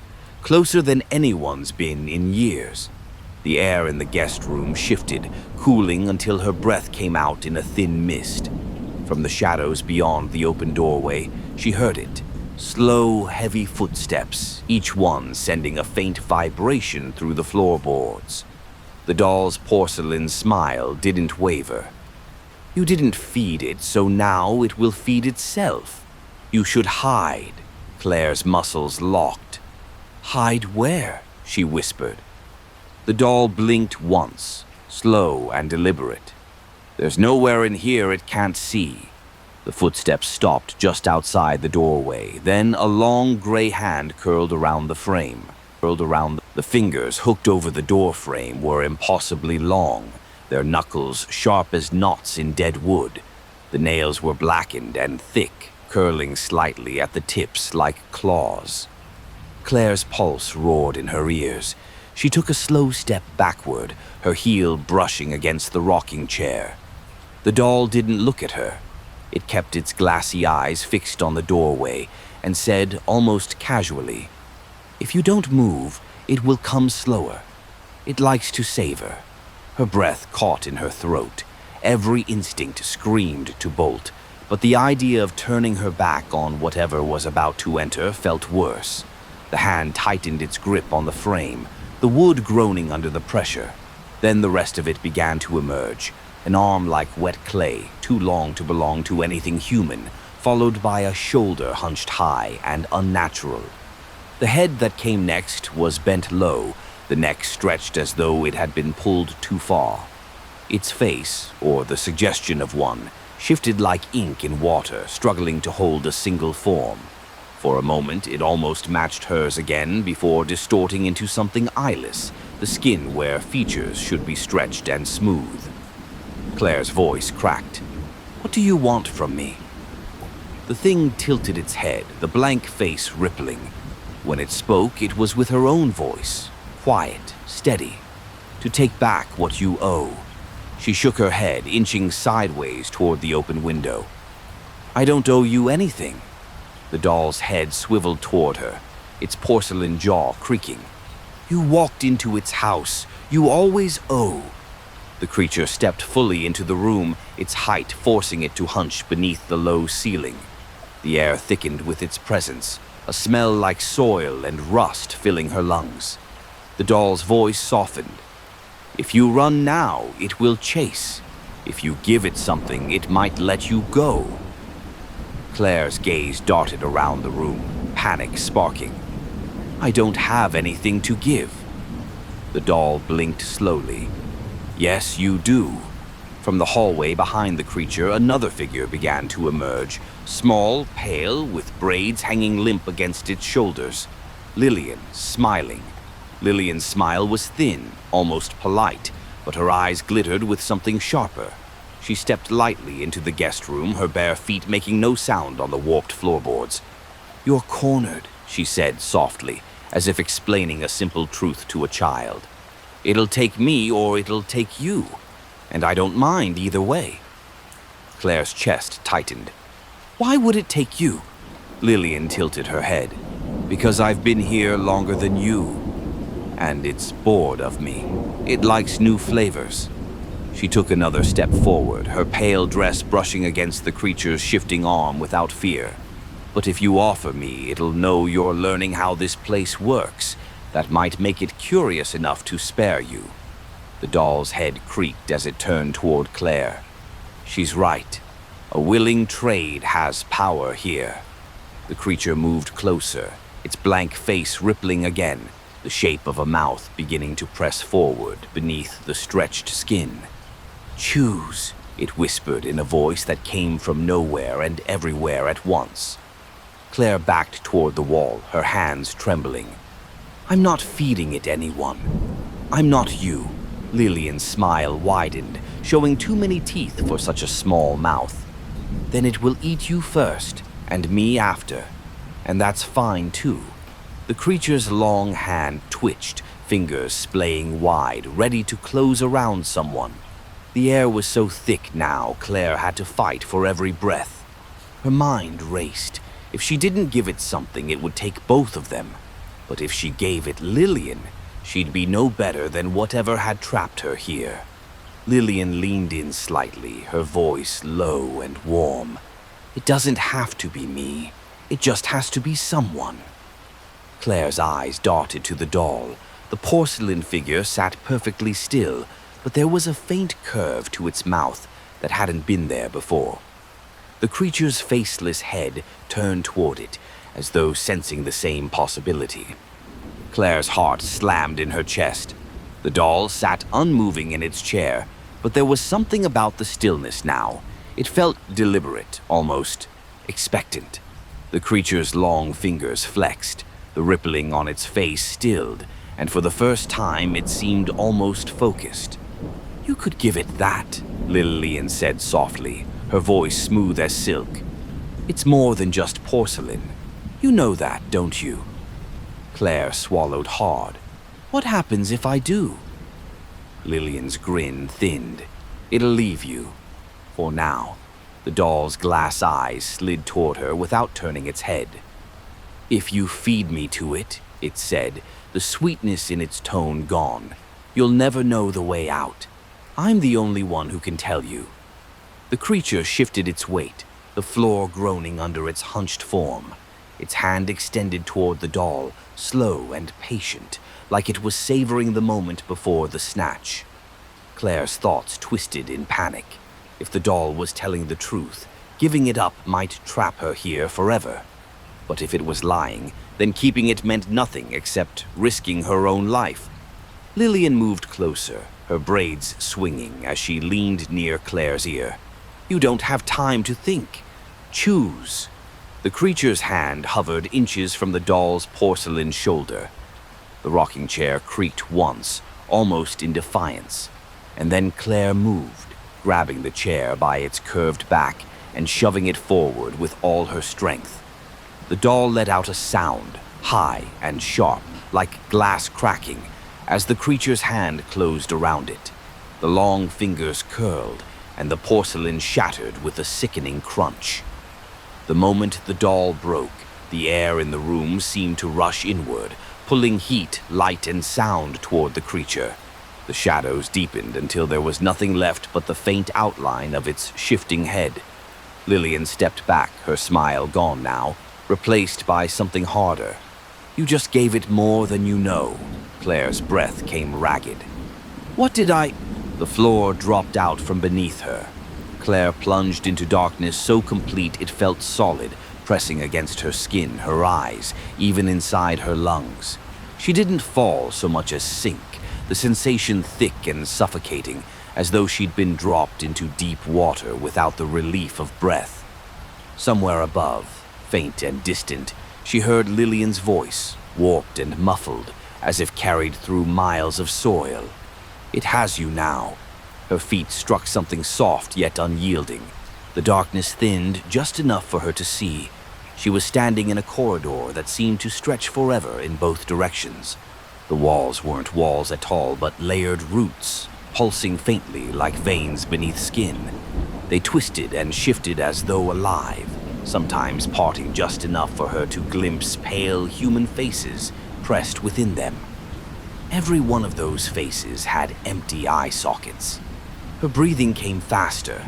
The corridor was silent except for a faint, wet sound, like something large moving somewhere far down its length. Claire turned one way, then the other. It didn't matter which direction she chose. Each seemed equally endless. Then, from her left, she heard it, the sound of bare feet on damp ground, slow, unhurried, coming closer. She backed up a step, her heel brushing against a root that pulsed harder at her touch. One of the eyeless faces twitched, its mouth stretching open in a silent scream.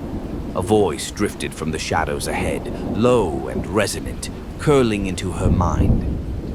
"You fed me once. That means you can feed me again." Her throat went dry. "I didn't mean—" The voice cut her off. "You will, because you want the door, and there is only one way to reach it." The footfalls grew louder, though she still couldn't see the shape approaching. The roots in the walls leaned toward her, as if eager to hear her answer. And in the space between heartbeats, she realized she wasn't alone in the corridor. Someone was standing directly behind her. Claire froze, every muscle locking in place. The air behind her felt heavier, warmer, as if the figure was close enough for its breath to graze the back of her neck. Slowly, she turned her head. It was the doll. Not shattered porcelain, not lifeless. Whole again, though its surface was fractured with thin black lines like veins of ink under glass. Its eyes glowed faintly, not with reflected light, but from something within. "You thought breaking me would free you?" The voice was no longer sweet or coy. It was cold, deliberate. "It only gave me to it, and now I am part of what hunts you." Claire stumbled backward, her shoulders brushing the pulsing root wall. The nearest face twitched and grinned without eyes. "I didn't know," she began, but the doll raised one cracked finger. "You chose," it said, "and choices here echo louder than screams." From down the corridor, the slow footfalls stopped. Silence swelled until she could hear her own heartbeat. Then the voice, the creature's, slid into her mind again. "Bring me something worth more than yourself, or I will keep you here until you dissolve into the walls." Claire's chest heaved. I don't know what you want from me. The doll's glowing eyes narrowed. It told you. Someone worth more. You know one name already. Her stomach dropped. Lillian. The doll's cracked smile widened. She led you here for a reason. You think she's innocent. She's been trading pieces of herself to survive for longer than you've been alive. The pulsing roots began to shift, curling to form an opening down the corridor to her right. Beyond it, Claire saw a dimly lit path, narrow, winding, and leading upward. The doll stepped aside, gesturing toward it. Bring her, or stay here until your face joins the others in the walls. The faces nearest her began to murmur, low, frantic whispers she couldn't quite make out, but all of them repeating one word over and over. Hurry. Claire stepped toward the opening, the pulsing roots quivering as if they could taste her intent. The air grew warmer, almost humid, carrying a faint metallic tang that clung to the back of her throat. She glanced over her shoulder, but the doll was gone, vanished without so much as the sound of footsteps. The corridor behind her was sealed now, the walls knitting together like flesh healing over a wound. She had no choice but to follow the winding path upward. As she climbed, the roots thinned, giving way to warped wooden boards and plaster walls that looked half-rotted, half-grown. She recognized the architecture. It was the house again, but wrong. The angles didn't match, and the hallways seemed to bend in subtle, nauseating ways. Her name drifted toward her, faint but distinct. Claire. She froze. The voice was soft, sing-song, and undeniably Lillian's.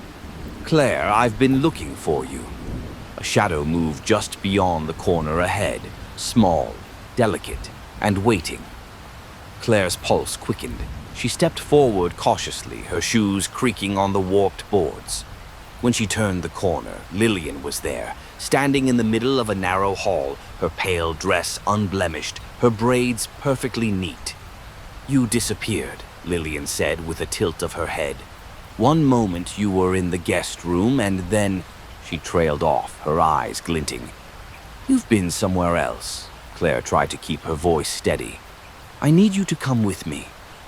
Lillian's smile didn't falter. Where? Claire swallowed hard. Someplace where we can get out. The girl took a small step forward, her gaze locking on Claire's. You're lying. Your voice is shaking. The roots from the walls behind Claire began to creep forward again, curling toward her ankles like they could sense her hesitation. Lillian's eyes flicked past her toward the moving roots, and her smile widened. It's watching you, isn't it? She whispered. It told you to bring me. Claire's breath caught. If I don't, you think it will let you go? Lillian's tone softened, almost pitying. Poor Claire. It doesn't let anyone go. It just makes you believe you might. And then, as if to punctuate her words, the hallway lights began to flicker, revealing that something large was moving in the shadows just behind Lillian. The flickering light caught the curve of something enormous, shoulders that brushed both walls at once, a hunched spine ridged like the back of some deep-sea creature. The thing moved with a slow, deliberate sway, its mass blotting out the far end of the hall. Lillian didn't look back. She didn't need to. Her small, cold smile told Claire she already knew what was there.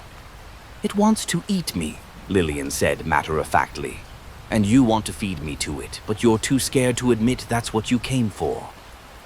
Claire's mouth felt dry. If I don't, you'll be next.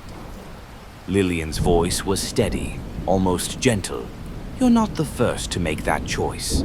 You won't be the last. The lights stuttered again, and the thing in the shadows pressed closer, its form bending and unfolding in unnatural ways to fit the narrow hall. Its hands, too many of them, slid along the walls, nails scraping deep grooves into the plaster. The roots at Claire's feet coiled tighter, as if urging her forward. The voice in her mind returned, thick and hungry. Now. Lillian tilted her head, studying her. So, are you going to push me, or call it over yourself? Claire's stomach churned. She thought of the doll's cracked smile, the faces in the roots, the endless corridor. She thought of how easily she could be one of them. But then she noticed something. Lillian's shadow on the wall didn't match her movements. When she stepped forward, it lingered behind. When she tilted her head, it stayed perfectly still. And that shadow, it wasn't small, it was tall, it was hunched, it was the thing. Claire's breath hitched. You're not running from it, because you are it. Lillian's smile widened, and for the first time her eyes gleamed with something openly inhuman. Now you're starting to understand. Behind her, the darkness surged forward. The surge of darkness rolled like a wave, swallowing the flickering bulbs one by one until the hall was lit only by the faint glow from Lillian's eyes. Claire stumbled back, the roots at her feet tightening as though they didn't want her to leave. Lillian stepped toward her, and as she did, her small frame seemed to stretch.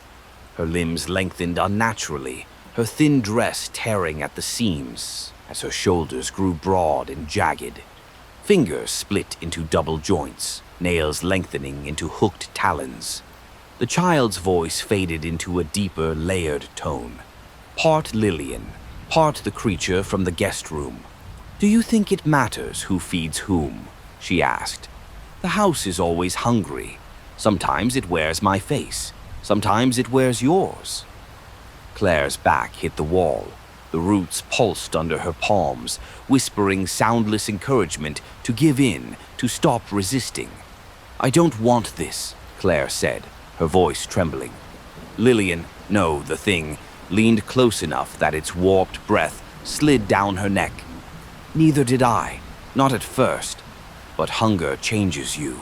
The darkness pressed closer, filling the hall until it seemed there was no air left. Claire's chest burned. The urge to surrender, just let it take her, was almost soothing. But then she saw something. A door. It was barely visible at the end of the hallway behind the creature's shifting bulk, just a sliver of pale wood outlined in faint light. It looked wrong here, too clean, too sharp-edged for the warped house. Claire's heartbeat quickened. She didn't know if it was an exit or another trap, but it was something not this. The thing's many hands gripped the walls beside her, boxing her in. Say it, it whispered. Say you'll give me someone else, and I'll let you walk away. Claire glanced toward the door. What if I don't say it?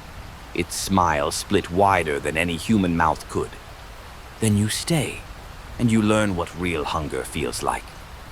Somewhere deep inside her, something shifted. Something that didn't want to be prey anymore. Claire's pulse roared in her ears, but beneath the fear there was a spark of something harder. Anger, sharp and sudden. She kept her eyes locked on the thing's too wide grin. You've been doing this forever, haven't you?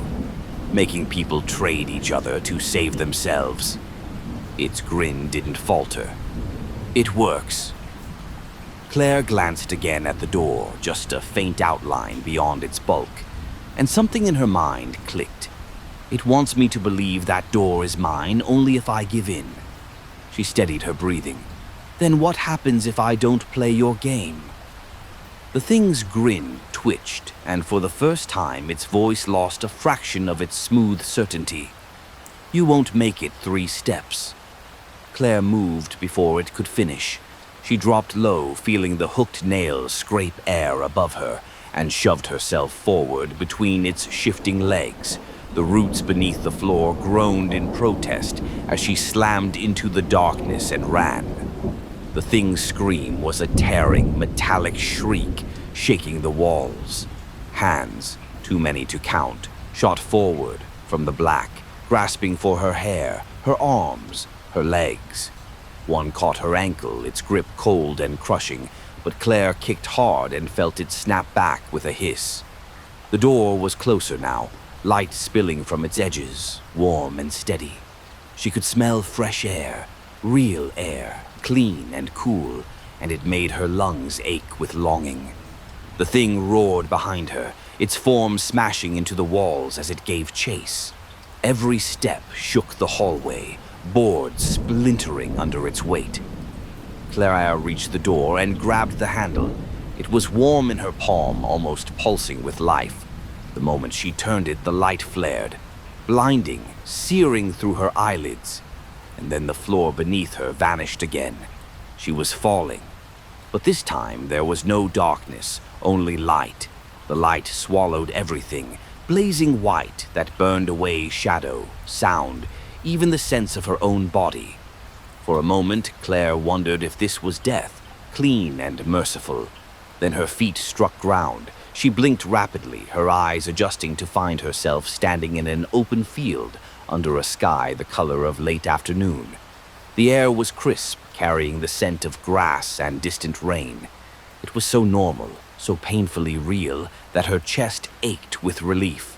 Behind her, the door stood alone in the middle of the field, unattached to any wall.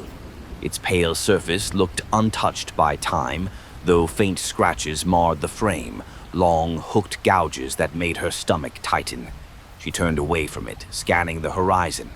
A line of trees swayed gently in the breeze, their leaves whispering in a language she couldn't quite understand.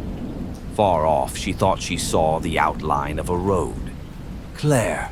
Her whole body went cold. The voice came from behind her, low and calm. She turned slowly. Lillian was standing in the field, barefoot, her white dress fluttering in the wind. There was no distortion to her now. No too long limbs or glowing eyes.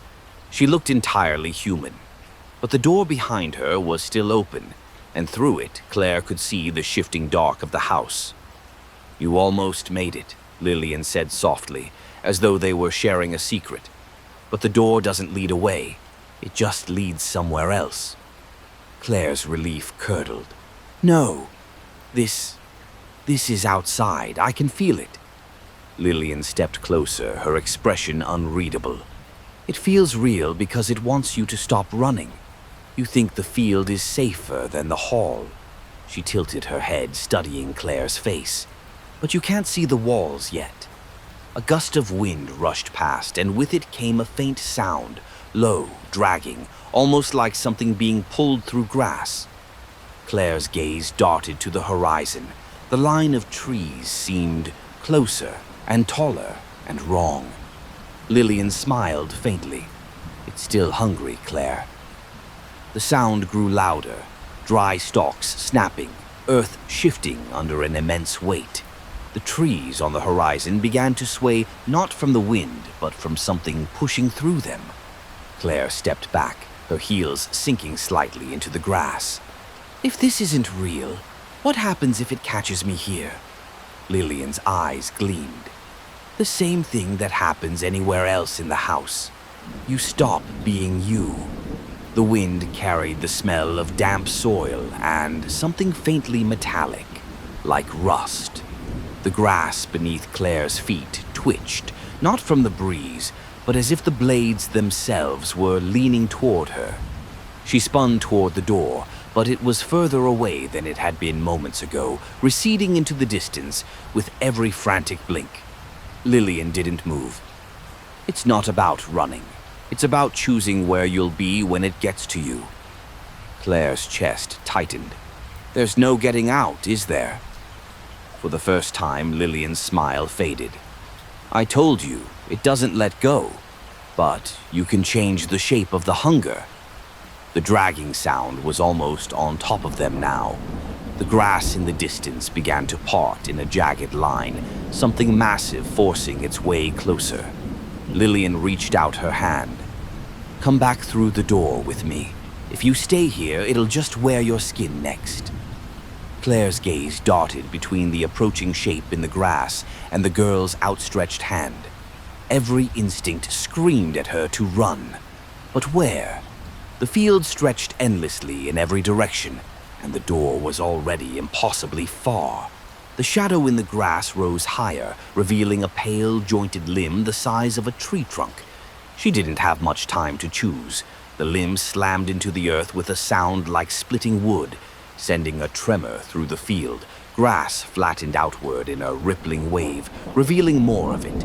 White, chitinous segments glistening faintly in the dull light. Claire's breath came in sharp, ragged bursts. She took a step toward the door, but it seemed even farther away now, dissolving into a haze like heat over asphalt. Lillian's hand was still outstretched, steady, patient. "It's closer than it looks," she said, "but only if you take my hand." Claire's heart pounded. "And if I do?" "You live," Lillian replied, voice low. "Not free, not the same, but alive." The shadow loomed taller, sprouting more limbs, each bending at wrong angles. She could see the curve of a head now, or something like a head, its surface smooth except for a fissure splitting open, revealing rows of wet, black teeth. Claire swallowed hard. "And if I don't take your hand?" Lillian's expression didn't change. "Then it takes you here, and there's no one left to bargain for you." The creature's teeth clicked together with a sound that rattled Claire's bones. Her feet felt rooted in place, caught between fight and surrender. A sudden gust of wind tore through the field, whipping Lillian's hair across her face, and for just an instant Claire saw the shadow behind her, tall and hunched, identical to the one in the hallway. The truth hit her like ice water. "It's you," she whispered. "You're the one it already took." Lillian didn't deny it. She just stepped closer, her voice almost kind. "Yes, and I've been here long enough to know you don't get out alone." The creature in the grass let out a low, rumbling growl, and the earth beneath Claire began to buckle. She realized she had only one heartbeat left to decide. The ground quaked beneath her feet, fissures tearing open in the grass as the thing's limbs pushed closer. The air was thick with the smell of wet stone and decay. Lillian's hand hovered between them like a final thread. "Choose," she urged, not desperate, not pleading, but inevitable, like the closing of a lock. Claire's pulse roared in her ears. She looked toward the hazy door, still retreating, almost gone now. And knew she'd never reach it. Every instinct screamed to run, yet something deeper, older whispered that running was exactly what the house wanted. The creature's shadow fell over her, blotting out the pale sky. Her eyes locked on Lillian's. They were impossibly dark, reflecting no light, but in their depths was a strange, steady promise. Not safety, but survival. Claire's breath caught. She stepped forward. The instant her hand touched Lillian's, the field shattered. Grass, sky, and horizon fractured into shards of light that spun away into blackness. They stood once more in the house's corridor, but the walls here pulsed with a slower, deeper rhythm, like the heartbeat of something enormous. The air was warm, almost humid, and the floor trembled faintly beneath their feet. Lillian didn't let go. "You belong to it now," she said softly, "but that means you can walk where others can't." Somewhere far off, a scream echoed, sharp, human, and terrified. Lillian tilted her head toward it. That's someone new, someone who still thinks they have a choice. Claire's stomach twisted. "You want me to help you bring them in?" Lillian's faint smile returned. "Not want. Need." The house's heartbeat quickened, and in the rhythm Claire heard it, the voice that had hunted her, now inside her mind, warm and approving. Good. The voice settled into her like a second pulse, matching the beat of her heart until she couldn't tell where she ended and it began. The walls around them throbbed faintly, each creak and sigh of the house echoing in her bones.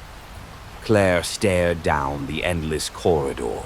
Somewhere in the distance, she could hear the muffled sound of footsteps, hesitant, searching. A new arrival. Her throat was dry. "If I don't?" Lillian's eyes softened, almost pitying. "You fade.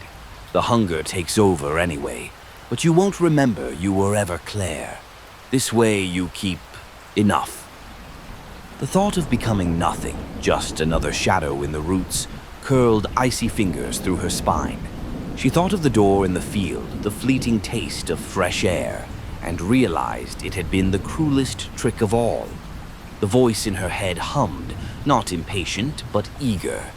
They're close. Claire found herself moving, step by step, Lillian gliding at her side. The corridor bent unnaturally, corners folding in on themselves until she no longer knew which way was forward. The air grew colder, sharper, like the house was holding its breath. At last they saw the figure, someone in a torn coat clutching a flashlight that sputtered weakly against the dark. Their shoulders were hunched, their eyes darting to every shadow, just as she had been. Claire felt the weight of the moment pressing down, the choice she had thought she'd never make now waiting to be completed. Lillian leaned close, whispering so softly only she could hear. "Breathe with the house. Let it guide you." The flashlight beam caught her face. The newcomer froze. "Hello? Do you know the way out?" Claire's lips parted. She felt the hunger behind her smile, patient and certain. She reached out her hand. He reached